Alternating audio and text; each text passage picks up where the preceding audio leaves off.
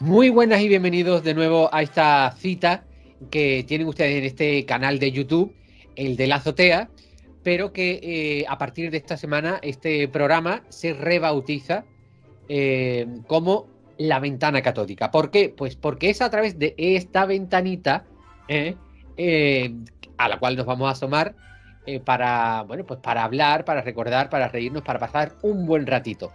Quien no ha cambiado de momento de nombre es Juan Antonio Reza, que lo tengo ya aquí al ladito y que está igual de joven que, bueno, que en el último programa, hace más o menos un mes.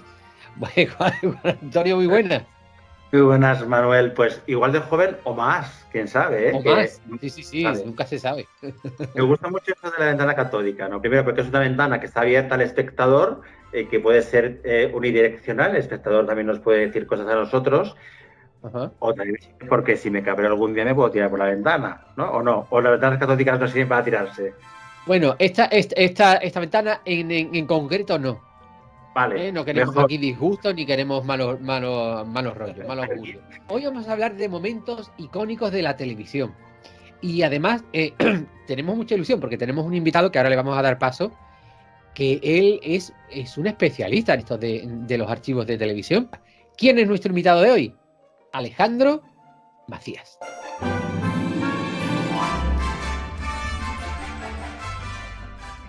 Pues se lo decía al principio del programa, nuestro invitado de hoy, que nos hace mucha ilusión tenerlo con nosotros, es Alejandro Macías, periodista que sí que ha viajado por toda España, un gallego que viaja por toda España y que se ha metido nada menos que en los archivos de televisión española. Alejandro, muy buenas.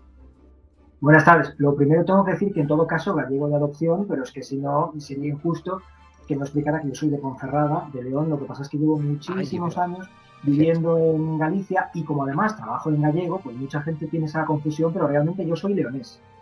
Oye, Alejandro, ¿cómo son el archivo? No sé si has tenido alguna vez acceso, porque recuerdo en alguna imagen de algún especial que se le dedicó al maestro Chicho Iván y Serrador, que tú estabas por ahí. ¿Cómo son? Bueno, yo desgraciadamente no tengo un acceso directo a los archivos de Televisión Española, que es la gente que me sigue a través de mi blog de Carta de Ajuste cree que yo vivo en el archivo o que trabajo para el archivo. Y como además en Twitter comento muchas cosas pues la gente se piensa que yo soy un asalariado de Archivo RTV. Yo me lo he creído, ¿eh? Yo que te he empezado a seguir hace poco, me he creído que tú estabas dentro del archivo, o sea, que estabas metido dentro del archivo, porque tienes, por lo que cuentas, como lo cuentas tan bien contado, parece que estás dentro del archivo. O sea, por eso es la labor del investigador, Alejandro. Muchas gracias. Por eso. Gracias por lo que me toca, pero no. A lo que te refieres, al Imprescindibles de Chicho Iván y Serrador, se grabó en uno de los almacenes del archivo de Prado del Rey, donde se van almacenando las cintas hasta que pasan al proceso de digitalización, que eso ya es otro departamento. Digamos que ahí es donde estaban las latas de diferentes formatos, fundamentalmente de 2 pulgadas, y también había cintas Betacam, y yo creo que 2 pulgadas también. Pero fundamentalmente había cine, 2 pulgadas y Betacam. Entonces, bueno, era el lugar adecuado para que habláramos. Allí nos grabaron a Borja Terán, el gran cronista televisivo, y a mí. Sí. Y después, para otros entrevistados, se utilizaron otros lugares. Pero yo era la primera vez que entraba en ese almacén, y de hecho fue la última. Y nunca he estado en el departamento de archivo de Prado del Rey, que es donde se está digitalizando, documentando cada nuevo hallazgo de una forma sistemática, y eso es lo que ha hecho que cada vez estemos descubriendo nuevas cosas que en algunos casos se creían perdidas y que simplemente no estaban catalogadas. Alejandro, ¿y has estado en el lugar donde hay mucho atrezo, donde está, por ejemplo, la calabaza Ruperta, el decorado de algún programa antiguo? ¿Has estado ahí? Sí, yo durante muchos años estuve, mientras estaba estudiando la carrera, muchos años no, los 4 años en los que hice la carrera, que estábamos en un plan, aunque yo soy mayor, es decir, me tocaba hacer la carrera de periodismo en 5 años, me tocó una un periodo en el que se estaba haciendo una prueba y lo hicimos en 4 años, pero lo que pasa es que estábamos de mañana a tarde y de septiembre a julio. Entonces, en esos 4 años que estuve haciendo la carrera, aproveché para trabajar en diferentes revistas y trabajar en una revista de comunicación e iba prácticamente todas las semanas a hacer reportajes y sobre todo fotografías a Prado del Rey, a Buñuel, a los estudios Buñuel, ya desaparecidos. Entonces, bueno, para mí eso era la excusa perfecta para ver cómo se trabajaba en televisión. Es de decir que Rupertas, que yo sepa, ahora mismo originales, solo se conserva una que está en el archivo, perdón, en el museo que Radio Televisión Española tiene en Sant Cugat del Vallès, y después hay otras que son muy grandes, porque la original que se conserva es muy pequeñita, debe ser de la época de Jordi Estadé y Emiliano Azaroca, y es más o menos de este tamaño. Y las otras, que son más grandes, se han ido construyendo posteriormente y muchas de ellas son de la etapa de Luis La Rodera, de 1, 2, 3, a leer esta vez. Pero esas no estaban en los almacenes. Pero bueno, los almacenes yo me acuerdo de haber visto muchas cosas. ¿Sí? Ajá. Oye, hoy momentos icónicos de la televisión, creo que, hombre, hay que ser cortés, Reza, con el invitado y quiero que empiece él. Quiero que empiece él. ¿Cuál es uno de los momentos más icónicos para ti? Sé que se nos van a quedar muchísimos en el tintero, porque hay muchísimos. De hecho, tú estabas hablando de Chicho y he dicho, Dios, las despedidas de Chicho. Eso creo que ha quedado ahí, ¿no? Por ejemplo. A ver, tú me Pero comentaste. ¿cuáles son para ti? Tienes que pensar en 3 momentos y yo ya te dije, mira, es que a mí lo de elegir se me da muy mal. Pensé en 3 momentos que, bueno, en el caso de que durante la conversación repitamos, pues ya pensaré en otros. Pero Claro. yo no he podido pensar en 3 momentos que sean representativos de la historia de televisión española, porque esos 3 solo es imposible. Entonces he pensado en 3 momentos que a mí me impactaron de una u otra manera. No de forma cronológica, ya que estás hablando de Chicho, para mí un momento icónico es el programa que se hizo por el 20º aniversario en 1992, en el que solo faltaban Mayra Gómez Kemp, que en aquel momento todavía estaba enfadada con Chicho, y Victoria Abril, y además eso lo dijo el propio Chicho en su presentación. Años 1, 2, 3, un concurso que a la vez son 3, con música y humor, sin más pretensión que divertir, y en 2 horas compartir corazón. Kiko Ledgar, claro. Kiko Ledgar, efectivamente, también faltaba por cuestiones de salud. Mayra, sin embargo, intervino en esa misma semana en un documental, en un reportaje que se hizo para Informe Semanal, hablando de, bueno, pues de la importancia del Industries y todo eso. Faltaron ellos, y es verdad, era una pena, pero se montó un gran espectáculo que para mí fue el canto del cisne del Windows 3. Que conste que a mí la siguiente temporada me gustó, la temporada de Josep María Bax, que fue la del 93-94, creo que es muy reivindicable, la etapa de Luis La Rodera creo que también es importante porque lo dio a conocer a una nueva generación, pero ese programa que duró 4 horas, yo no sé si os acordáis que normalmente se repetía por la mañana, no me acuerdo si era el sábado o el domingo. El domingo. Pues el domingo lo tuvieron que repetir en 2 domingos distintos, en 2 entregas distintas, porque no cabía en el horario. Pues eso no me acuerdo. Eso no lo recuerdo. Sí. Lo tuvieron que dividir en 2 partes, pero aquel día aquí no estamos muy acostumbrados a hacer bien programas aniversario. En esto nos llevan muchísima ventaja, sobre todo los británicos y los norteamericanos. Los franceses también, pero sobre todo norteamericanos y británicos. Y entonces de repente ver ese programa tan bien organizado, con tantas sorpresas para el espectador, tantos momentos icónicos, los tacañones del pasado que se unían con las tacañonas del presente, las derrochonas en aquel momento, antiguas azafatas, pues a mí eso como espectador, que ya empezaba a ser un poco fan, pues yo creo que fue un momento icónico. Era una maravilla.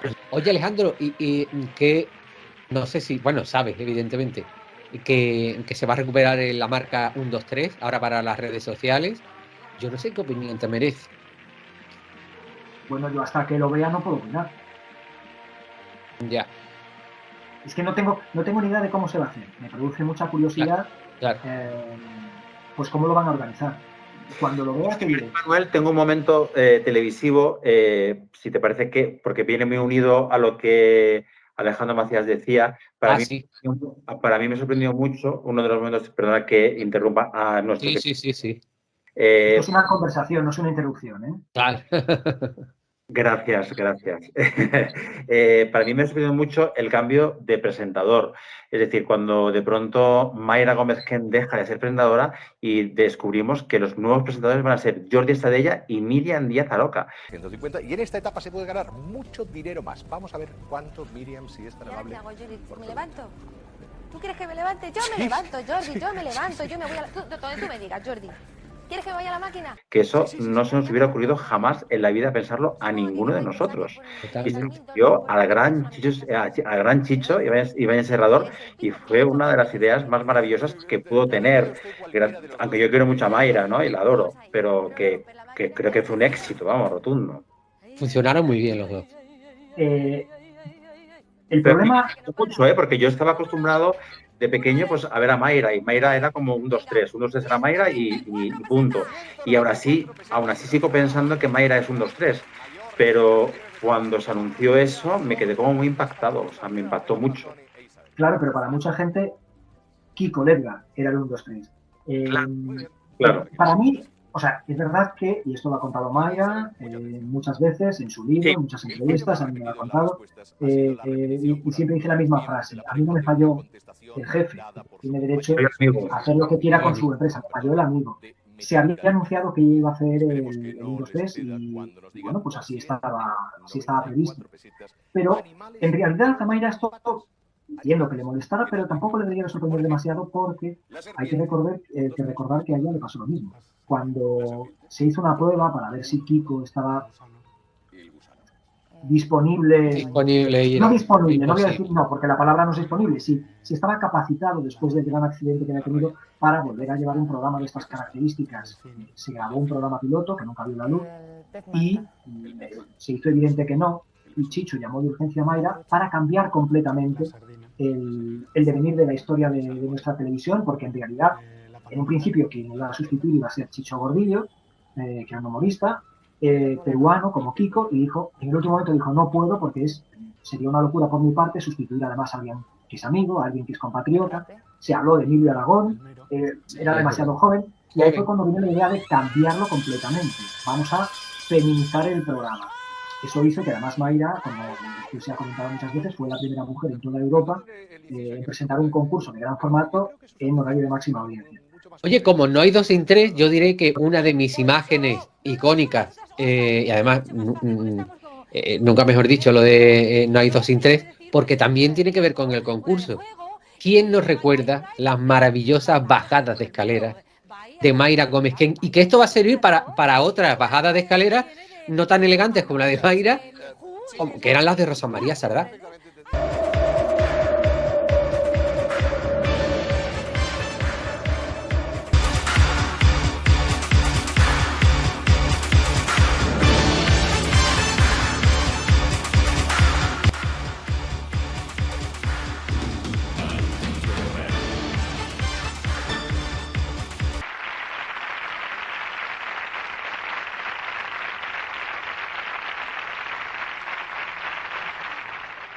Por cierto, ¿a quién se le ocurrió que Mayra Gómez Ken bajara así las escaleras? ¿Se le ocurrió o fue por casualidad? No. ¿Lo cuentas tú o lo cuento yo, Alejandro? Cuenta.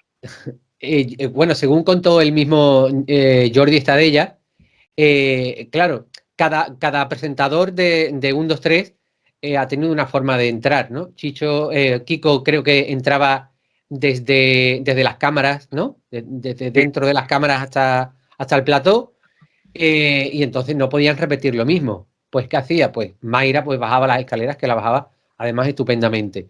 Y luego, tanto Jordi como Miriam, pues lo que hacían es que ya estaba, o sea, Miriam ya estaba ahí, ya estaba en el set de las chicas, de la secretaria, y Jordi venía por el set de las preguntas. Sí. Si mal no recuerdo. Al igual que, ¿no? Porque Bach también, ¿no? José María Bach también. José María parecía, fue la época en la que no había un decorado específico para la parte de las preguntas, que eso ya había pasado también en una época de Mayra que está bastante olvidada, una época en la que no hubo tacañonas, que estaba Eugenia Enchufós del Top, que era una zapata... Eugenia Roca, ¿no? Eugenia Roca. Y entonces entraba, o sea, el decorado, que se perdía un poco la sorpresa, pero realmente el fondo era espectacular, era el propio Me decorado gustaba a mí eso, ¿eh? de la subasta, poco iluminado, y entonces entraba efectivamente por la izquierda de la pantalla para dar saludos, y además había una grúa, que no era lo habitual en esa parte, una cámara montada en una grúa que hacía ese recorrido. No, pues debía de entrar por la derecha de la imagen, y entonces iba saludando, sí, iba dándole la mano a cada uno de ellos para colocarse en el extremo izquierdo, que era donde estaba la primera. Y de hecho Luis creo que combinó las dos, porque creo que a veces bajaba de las escaleras y se iba como Kiko Legar. Luis hacía una combinación de todas las posibilidades, porque además, como era muy joven, el decorado era muy grande, estaban unidos los dos decorados, es decir, había una parte del set que normalmente pues, estaba en negro, y aquí podía permitirse lo de bajar las escaleras y que la cámara le siguiera desde las escaleras hasta el set de preguntas. Tuvimos la suerte, Reza, y yo, de estar ahí en esa etapa. Lo y ahí que fue donde nos conocimos. Sí, lo que no sabía es que antes no estaba junto, o sea, que antes no estaba todo junto. No, en la época de Mayra, a ver, sí que en la subasta, sí que había, si os acordáis, había una puerta por el lateral por la que entraban los humoristas y todo eso. Pero digamos que no había una continuidad en el decorado. Si veis, habéis visto seguramente fotos que habían salido en un libro de los 80, y se ve que realmente lo que había era un ciclorama, es decir, una sábana de color negro que tapaba el decorado del fondo, que ya en ese momento, cuando estaban grabando la parte de las preguntas, ya se había desmontado el decorado anterior para empezar a montar el de la siguiente semana, porque los vídeos musicales siempre se grababan, creo recordar que 1 o 2 días antes. Entonces esa cámara, ese ciclorama, esa sábana negra, tapaba esa parte del plato, y estaban el set de las tacañonas, el medio, el set de las preguntas, y después el set de las azafatas. Pero no había una continuidad con respecto a las escaleras. Alejandro, segundo momento icónico de la televisión a tu juicio. Bueno, es un momento que es icónico, es muy televisivo, pero realmente es terrible. Pero que yo creo que es muy importante para recordar que la televisión nos tiene que informar y sirve para llamarnos la atención sobre muchas cosas que están pasando, no solo aquí, sino fuera. Y yo creo que en esto vamos a coincidir todos. Año 1985, informe semanal, la tragedia del volcán colombiano. La chica, ¿no? Omaira. ¿Qué noticiero salen ustedes? Esto es para televisión española. Pero bueno, se pasa en todos los noticieros. Tú ánimo que ya verás cómo te sacan enseguida. Ay, quiero decir unas palabras. ¿Puedo? Sí, dilas. Mamá, si me escuchas, yo creo que sí. Reza para que yo pueda caminar y esta gente me ayude. Mami, te quiere mucho, mi papi, mi hermano y yo. Adiós, madre.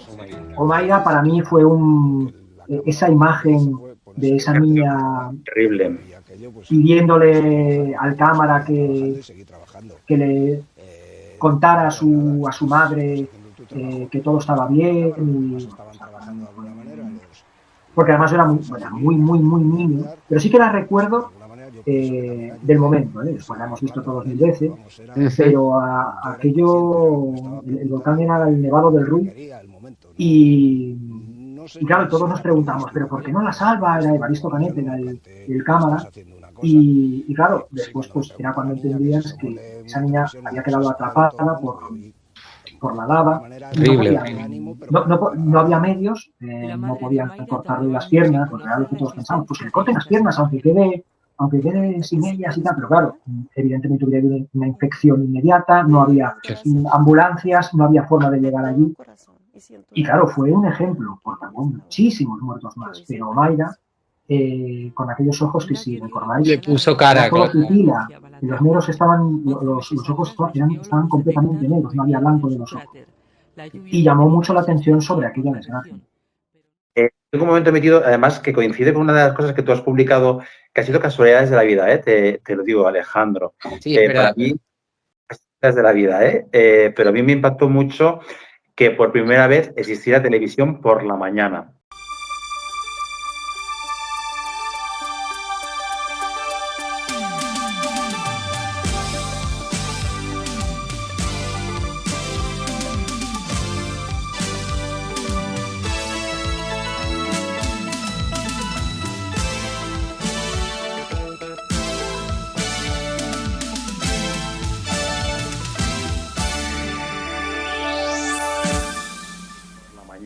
yo recuerdo que era pequeño y de pronto no sé cómo saltó la noticia, ¿no? Yo es que no lo recuerdo, no sé si me dijeron mis padres, no sé cómo ocurrió aquello, pero yo estaba como muy emocionado de que por primera vez existiera televisión por la mañana. Y he leído, por cierto, el artículo tuyo del cambio este que ha habido que hubo en Buenos Días en el año 1987, que todos pensamos que el Buenos Días era de Jesús Hermida, pero No, del Hermida era por la mañana Por la y mañana. empezó un poco más tarde. Lo primero fue, hay que decir que yo todavía sobre esto no he escrito porque me faltan algunos datos, hubo varios intentos de televisión matinal en los 60. Primero con... en los 60.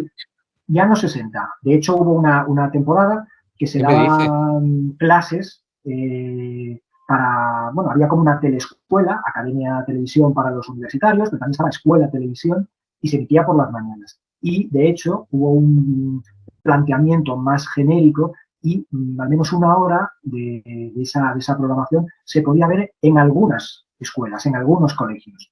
Entiendo que eran los de Madrid y Barcelona que estaban un poco más tecnificados. Pero además, en el año 69 hubo el primer intento ya serio de magazine informativo matinal y se llamaba Buenos Días.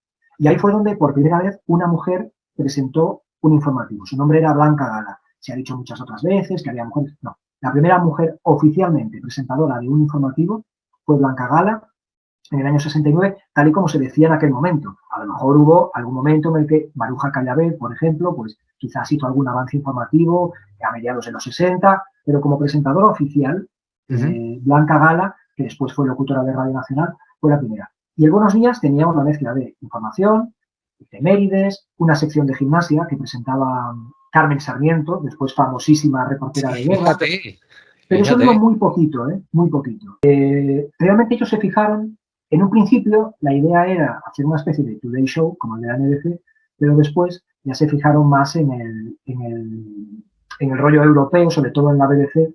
Hicieron una cosa intermedia, porque es verdad que había un saloncito, el primer presentador era y director José Antonio Martínez Soler, con Lourdes García Campos, creo recordar que es el apellido correcto, y había partes de información que se conectaba con otro estudio, con otro set, y Sandra Sutherland era una de las locutoras que ella sí que fue la única que se mantuvo hasta el final.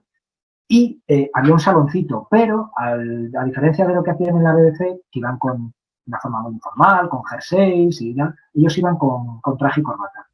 Claro, más formal. Entonces ¿no? después iba la cesta de la compra y Hermida tardó un poco más. Hermida empezó meses más tarde. Oye, voy yo con el mío. Venga. Yo creo que hay un momento de la historia reciente, podríamos decir, de la televisión, que es ese primer OT, esa primera Operación Triunfo, cuando Rosa dice aquello de que me he equivocado. Con tu mano en la mía, más fuerte estaré.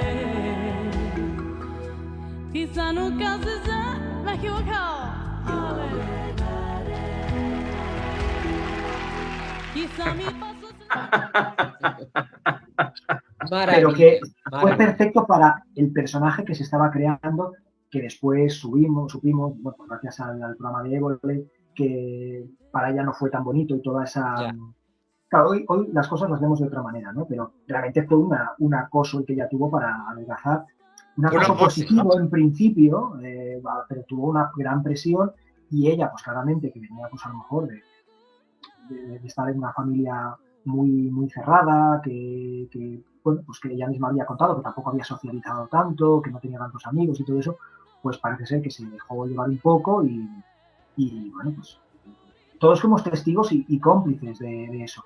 Pero aquella equivocación, todo venía muy bien para ese personaje que se estaba creando en cierto modo, de víctima de Patito Feo, que era guapísima, por otra parte, no tenía nada que ver, pero de Patito Feo que de repente mostraba su potencial como cantante, como artista, y yo creo que aquella equivocación realmente lo que hizo fue acercarle aún más, si cabe, al público. Al espectador. No fue en la primera gala, ni en la segunda. No. De hecho, creo que fue casi en las últimas. Y yo creo que todo eso que tú has dicho, ¿no? Que todo eso que forma el personaje, aun con los malos momentos que haya pasado Rosa, que ya lo ha comentado, pero yo creo que todo eso ha hecho que hoy día Rosa siga contando con muchísimo cariño, ¿no? Con el inmenso cariño de la audiencia. ¿Ella qué se siente personalmente? ¿Ella le ha venido bien todo eso? ¿No le ha venido bien? Yo siempre me lo pregunto, ¿no? ¿Le ha venido bien el haber pasado por todo ese proceso, ¿no? Porque le hicieron adelgazar, le hicieron hacer un montón de cosas que nos estaba comentando Alejandro, ¿no? Que al final fue un acoso hacia ella, ¿no? Y todas esas cosas. Pero un acoso no creo que... Cariñoso, ¿no? Me Sí, refiero. pero lo he dicho yo.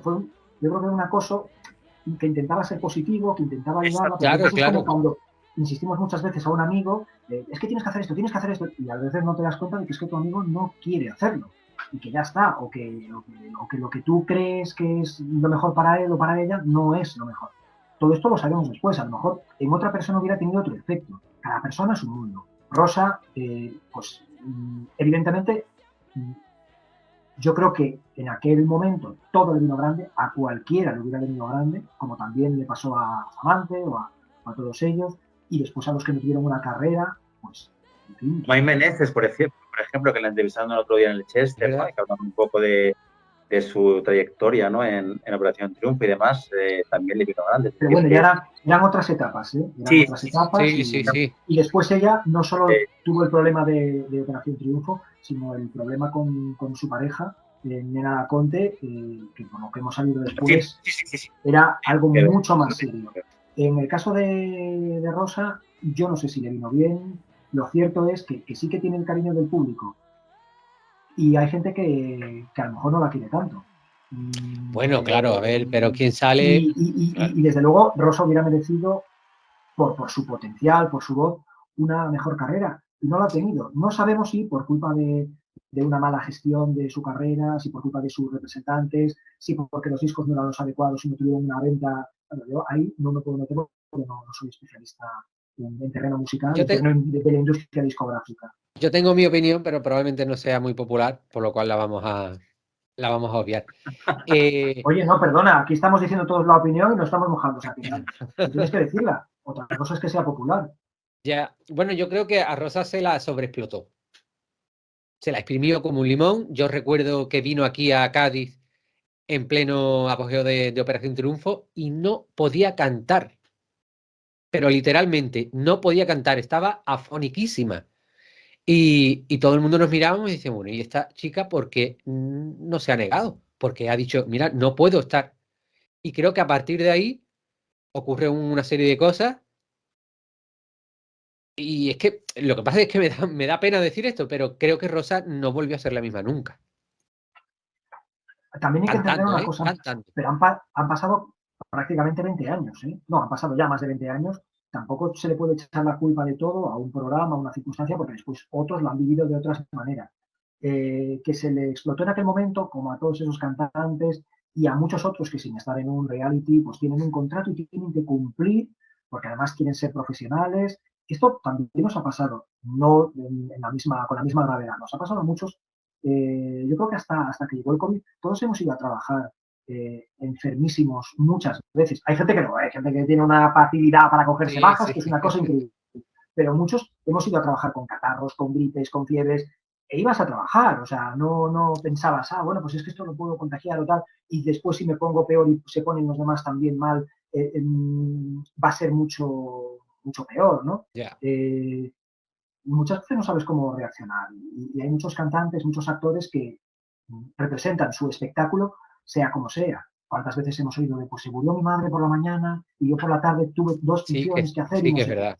Y hoy nos sorprendes como, oye, pues no, es que esto no se debería de permitir, pero claro, si tú cancelas una función o 2 funciones como se hacía hasta los 80, se pierde muchísimo dinero. Hay gente que ha ido para verte exclusivamente desde Cádiz o desde Matalascañas y que a lo mejor ha ido a verte a Madrid o Barcelona y que solo va a estar ese día. Entonces, claro, pero piensa también en la gente que viene desde ahí a ver a Rosa y se encuentran con una Rosa que no puede cantar. Es que, vamos, es que no podía cantar. Es que el caso que yo te digo, que yo estaba ahí. Insisto, esto fue hace 20 años cuando estaba en la gira de OT. Ha pasado otros 20 años. Su carrera ha dado muchos tumbos. Por eso digo que hubiera merecido una mejor carrera. ¿De quién es la culpa? Eso ya sí que no lo sé. Ya. Oye, Alejandro, ¿tú crees que corren nuevos tiempos en televisión española? Pues ojalá. Hombre, parece que hay nueva directiva y por lo menos hay intención de hacer las cosas mejor. Yo creo, no sé si va a haber nuevos tiempos, si eso va a cristalizar, pero desde luego hay muy buenas intenciones. Ya desde hace un par de años los informativos creo que merecerían estar en un mejor lugar en las audiencias, pero el público también ha cambiado y aquí yo creo que sí que la parte de la culpa la tiene el público. El público ya no quiere estar informado, el público quiere estar en un zapping continuo Claro. y no quiere informarse con profundidad, prefiere otros formatos en los que venga conexión en directo, aunque no venga a cuento de nada, mucho falso directo para que no, el oyente o el espectador que no sepa lo que es como cuando te están diciendo, te están dando paso a un reportero sin decir conectamos en directo, pero te dicen conectamos con Manuel o con Juan Antonio. Y tú ves que la luz no es la de las 9 de la noche. Eso es un falso directo. Se ha grabado como si fuera un directo, pero realmente es algo grabado, una conexión grabada. Bueno, pues esto de vamos a dar una noticia. Tenemos una conexión en directo que tampoco te aporta nada. La noticia dura 40 segundos. Vamos a la siguiente. No se profundiza, no se contextualiza. Pues entonces la culpa es de él. Si un espectador decide ver un informativo que no informa del todo, que la mitad son imágenes de YouTube y que casi todo el informativo se basa en sucesos e imágenes curiosas y anecdóticas, pues el culpable es el público. Sobre todo cuando tienes, por ejemplo, en este caso en la 1, un informativo que se está esforzando en cuanto a contenidos y en cuanto a la forma de presentarlos. Bueno, vamos a contar los 3 últimos momentos. Te paso la pelota otra vez a ti, Alejandro. Tu último momento icónico. Para mí, este ya es más típico, pero bueno, vosotros también lo son, pero vaya. Para mí, el último capítulo de la novela. El final del verano llegó. Para mí es una gran lección del maestro Mercero y de sus guionistas y de Ignacio Marcante. Qué bien contado, ¿verdad? Qué bien contado. Porque con el penúltimo capítulo, el de la muerte de Chanquete, que todo te va llegando a un ritmo crescendo hasta que están jugando a la pelota en la playa, llega Pancho, Chanquete ha muerto, vemos la imagen de Chanquete tumbado, empieza a sonar algo se muere en el alma. Yo cuando suena algo se muere, yo para eso soy como el perro de Pablo. Da igual dónde la oigo esa canción y ya empiezo a llorar pensando en Chanquete. Y ya podía terminar el capítulo así, pero sigue apostando fuerte, Mercero. Sigue, vemos cómo es el funeral, los padres que acompañan a los hijos, que intentan utilizarle, y después como todos se reúnen en la playa con Julia y terminan metiéndose en el mar, ¿no? Y dices, después de esto ya no necesitas nada más.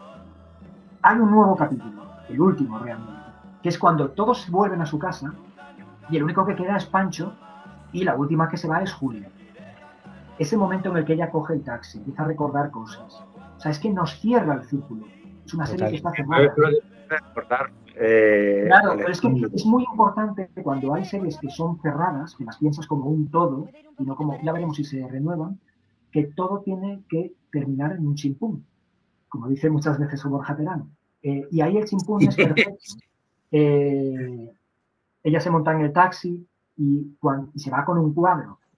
Y creo que ve a Barrilete, creo recordar que era Barrilete. Barrilete, sí. El policía, yo creo que es a él al que le ve y le dice, dale esto a Pancho. Vemos cómo se va alejando poco a poco. Bueno, es que yo pienso ya me emociono, o sea, que tampoco quiero describir mucho más, pero bueno, ya es un spoiler.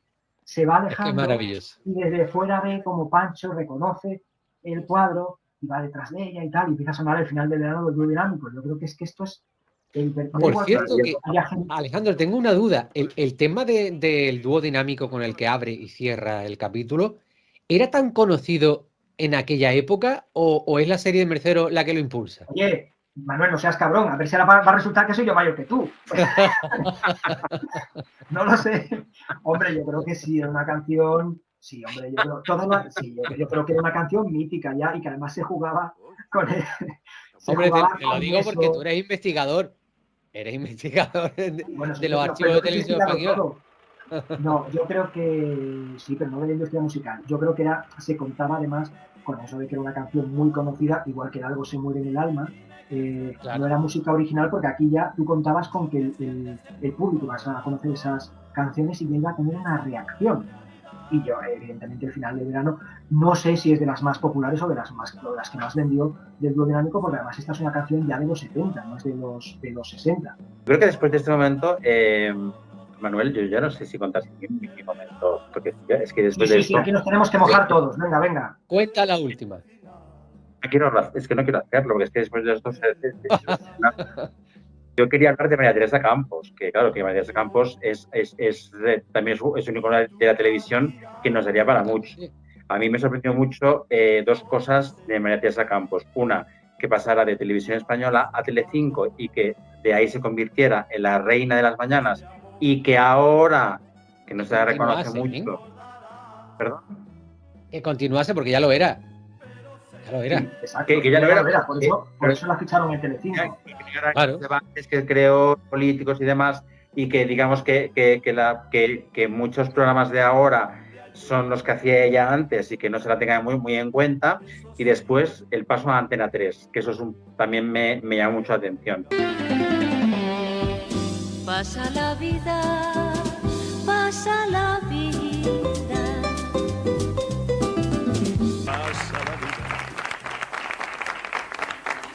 Bueno, lo primero que tengo que decir es que has quedado estupendamente con Concha, Antonio, pero has quedado fatal con Paz y con Terelu. Yo creo que el de María Teresa Campos fue uno de los primeros fichajes, ¿no? Grandes fichajes que se hacía en las privadas, aunque también estaba el de Emilio Aragón, ¿no? Emilio Aragón también fue muy hubo muchos sonado. anteriores. Y piensa que... Pero grandes... Hombre, Antena 3 se llevó a Armida.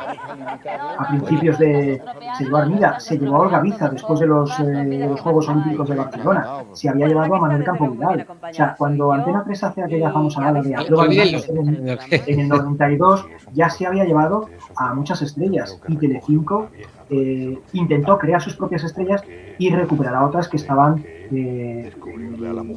bueno, digamos que no olvidadas, pero sí retiradas, como Laura Valenzuela, que fue recuperada por Telecinco y después volvió a Televisión Española para competir contra María Teresa Campos. Pero María Teresa Campos, cuando se fue a Telecinco, ya fue muy lista, porque ella ya vio lo que podía funcionar o lo que no. Yo lo que no sé es cómo ella aceptó la oferta de Antena 3.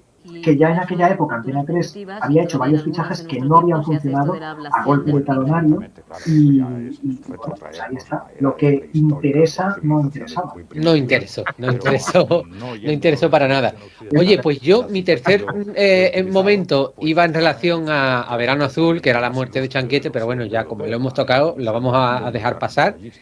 Y yo, otro momento icónico fue la caída por la ventana de Paloma Cuesta. ¡Mi toalla del balneario! ¡Trae para acá ese vestido! ¡Paloma, deja mi ropa! ¡Estate quieta con la cuerda! ¿Pero dónde vas? ¡Esto te lo tiro yo y punto en boca! No, es que aquí No hay quien viva, desde luego marcó un antes y un después en las series de televisión, porque volvimos a ver una serie, yo creo que desde Médico de Familia, que yo reconozco que no la vi nunca. ¿En serio? Sabía que dejaba la pausa para que... Pues no, porque no lo o sea, me parecía un rollo de serie. O sea, yo veía algún trozo y decía, pero si esto es súper cutre. Tenemos titular. No, oye, no, por favor, no pongas ese titular porque entonces Emilio Aragón, al que yo adoro, no me va a contratar nunca, no me va a contratar de todas maneras. Pero es una serie que, y la miré fija, que, o sea, es que encima a mí no me gustaba, pero eso no significa que yo estuviera... ¿Pero por qué? Tenía 8, 9 millones de espectadores. Pues ya está. No me gustaba, o sea, quiero decir, yo nunca vi un capítulo completo porque leía algún trozo y me parecía aburridísimo, o sea, me parecía un retroceso. Pero yo sabía, fue la primera de las primeras series que se hizo con un laboratorio previo de espectadores para saber qué es lo que funcionaba. Funcionaba para la familia. Pero yo, por ejemplo, no entendía eso de que no fueran capaces de falsear la cuarta pared en el desayuno, que estaban todos apelotonados allí en un lado de la mesa. Se queda para siempre. Me parecía, no me llamaba. Que es verdad que era una serie muy inteligente, pero como también lo fue en su día Cristal que gustó a todo el mundo. O sea, esto no es por ser snob, de verdad. Cristal gustaba a intelectuales y a gente que a lo mejor no tenía tanta cultura. Con lo cual, si tú empezabas a verla, ya enseguida te tocaba esos resortes para que a ti te emocionara. Pues a mí me pilló Médico de Familia en un momento porque no tenía que verla, y sin embargo veía Hostal Royal Manzanares, que era otro, o sea, como serie, era otro mierdón. Sí, pero estaba ahí Lina. Pero me dejé llevar. Pero a mí, pues oye, el Médico de Familia me parecía un culebrón, o sea, ese rollo de la media me aburría. Después de ver a Alicia Morgan en obras de teatro, después de verla en Hostal Royal Manzanares, tampoco me gustó demasiado, pero sí que lo veía. Porque estaba ella, ¿no? Y Lina llenaba la pantalla. Es que... Quiero aclarar, creo que a mí lo que me gustaba de Hostal Royal Manzanares es que era un teatrillo en directo. Y pasaban cosas que veías que estaban a punto de ser una toma falsa, pero que seguían adelante. Sí. Y que se vieran las cámaras al final. A mí eso era lo que me llamaba más la atención. Era el rollo de a ver qué va a pasar, a ver, porque además se notaba que Lina era muy puñetera a la hora de hacer reír a los compañeros. Y cuando estaba, por ejemplo, con Ana Obregón, que intentaba hacerle reír, me llamaba más la atención eso. Pero sabiendo que era un sainete televisado, no le exigía más. Pero Médico de Familia, que tenía 8 o 9 millones de espectadores, y decía, pero esto, es que no le doy la gracia. Bueno, te damos las gracias, Alejandro. Se nos quedan muchas cosas en el tintero. Ahora me vienen a la cabeza el primer capítulo de Cuéntame, Carmen Sevilla, la vuelta de Carmen Sevilla a la televisión, con las zapatillas, con todo, se me acumulan muchas cosas, pero no puede ser. Alejandro, muchísimas gracias. Ha sido un placer. A vosotros, un placer. Espero que... Para que la gente lo vea, ¿cómo se llama? Para que lo más fácil... Porque ya sabéis que Blogspot cada vez está peor, ya veremos si me mudo a algún sitio. Lo más fácil es buscar en Google carta de ajuste blog Alejandro Macías. Y entonces ahí ya te lleva directamente. Yo creo que es más fácil seguirme en Twitter, que es @AleMacíasBlanco, Ale de Alejandro, AleMacíasBlanco. Y entonces ahí es mucho más fácil ver cuando voy actualizando y otros hilos que hago al hilo de la actualidad, pero refiriéndome también a la nostalgia, que no aparecen después en el blog. Gracias, Alejandro. Gracias a vosotros, un placer, feliz año. Que yo todavía lo digo, ¿eh?